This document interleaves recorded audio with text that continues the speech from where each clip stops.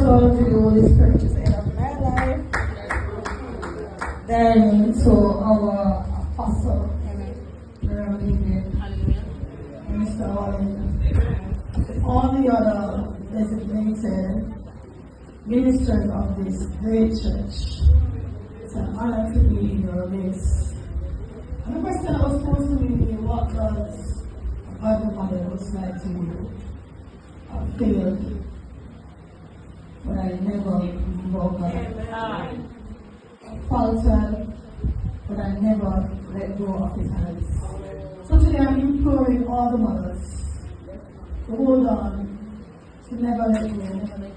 I heard one sister said that when she can't find it, that's the hardest part, especially when my child is crying.